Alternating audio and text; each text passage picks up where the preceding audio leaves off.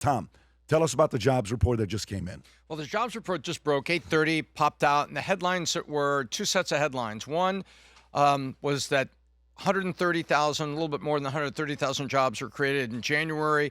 The multiple reports over the last 48 hours coming out of the weekend was they were expecting about 55,000 for the month, and they were expecting some revisions maybe to go back as far as 24, right? They were expecting like 18 months of revisions. You know, the Department of Labor, a little bit politicized, more than a little bit, they tend to go back and revise. What this has done to the market today, though, is that in addition to this, they announced that inflation was a tick lower, 4.3 versus 4.4, which is good that it didn't move. And the Dow was up 200 in pre-market. Yeah, we're 50,543 here, 270 pre-market. NASDAQ 218 pre-market, S&P 41 pre-market. So, you know, that's what you got. And the market seems pretty happy that it wasn't bad news. What does this mean, Peter? What does this mean to the average guy? It doesn't mean anything. I mean, you got to take these government jobs numbers with a grain of salt. They are highly politicized, and they are almost always revised down, not just once, but multiple times. The revisions that we just got, which was for about a year's worth of data, this is not the first downward revision. I mean, maybe it's like the third or the fourth. But if you go back to all these jobs reports that came out, let's say during the last year of Biden's term, almost every report was initially a beat.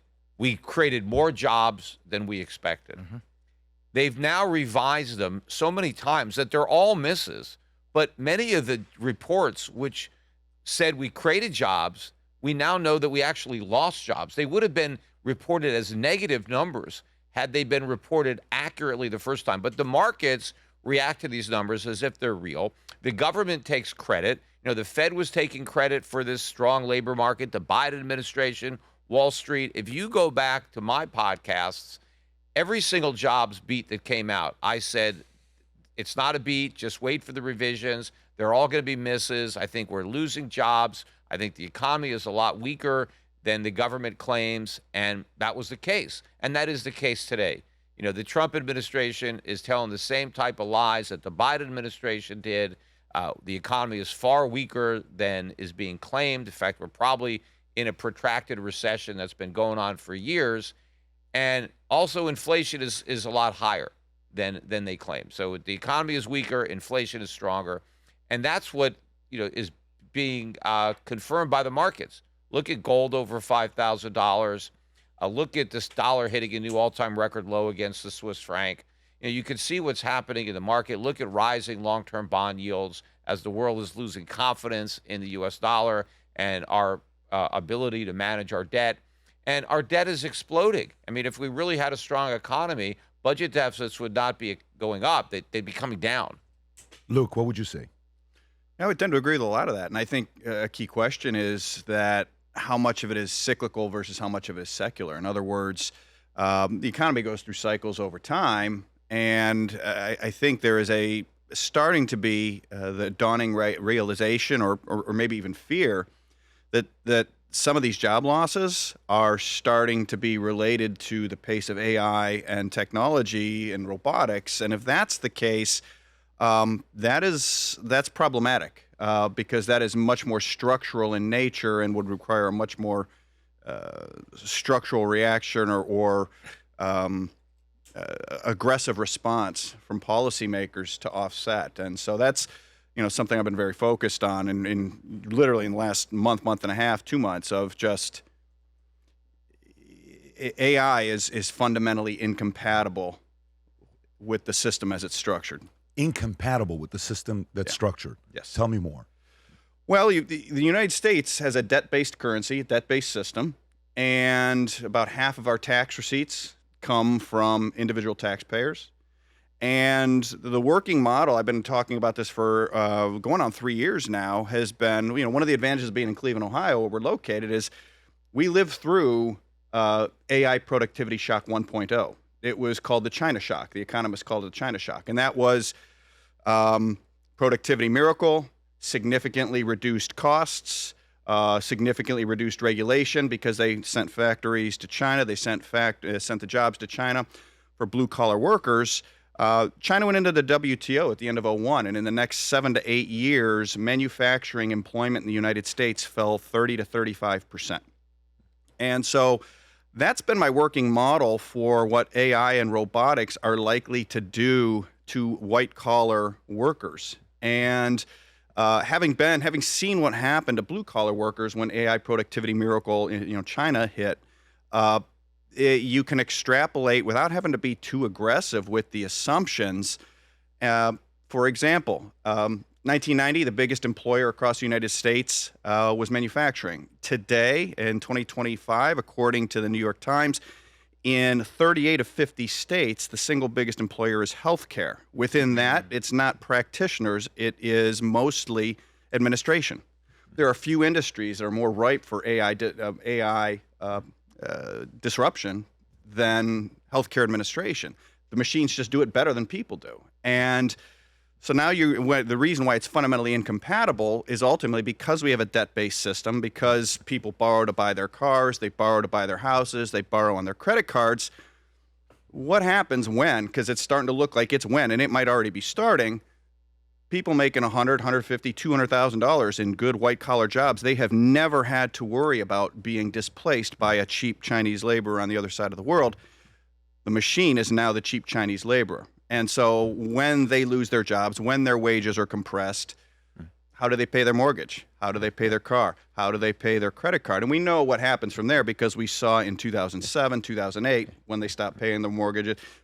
That's why it's fundamentally incompatible. So you guys are on the same page with what you think is about to happen to the economy. You guys both think there's going to be a market correction. There's some huge problems that underlie the economy, but productivity gains from AI are not one of them. I mean, remember, to the extent that we're able to eliminate labor because of AI, that's a positive. That's a good thing. That's how the economy grows. That's how our standard of living rises. We find more productive ways to produce more stuff. The problem is going to be if the people who are displaced from AI can't find productive employment someplace else, which would normally happen absent all of the government interference in the economy and the ways the government has been undermining our economy for years, particularly with artificially low interest rates, which unfortunately are going to get even lower. The United States economy is unfortunately a consumer credit-based economy, and the lending comes from abroad. We have an economy that is completely dysfunctional because of decades of bad monetary and fiscal policy. The United States is completely dependent on the rest of the world to produce the goods that we don't make and loan us the money that we don't save. And I think what's happening right now is the world is pulling the rug out from under that phony economy. I think Donald Trump has basically given the world a kick in the ass to get them to do what they should have done a long time ago, and that is ditch the dollar, move away from the dollar as the reserve currency. Central banks are getting rid of dollars and buying gold, and I think the world is going to move away from bilateral trade in U.S. dollars.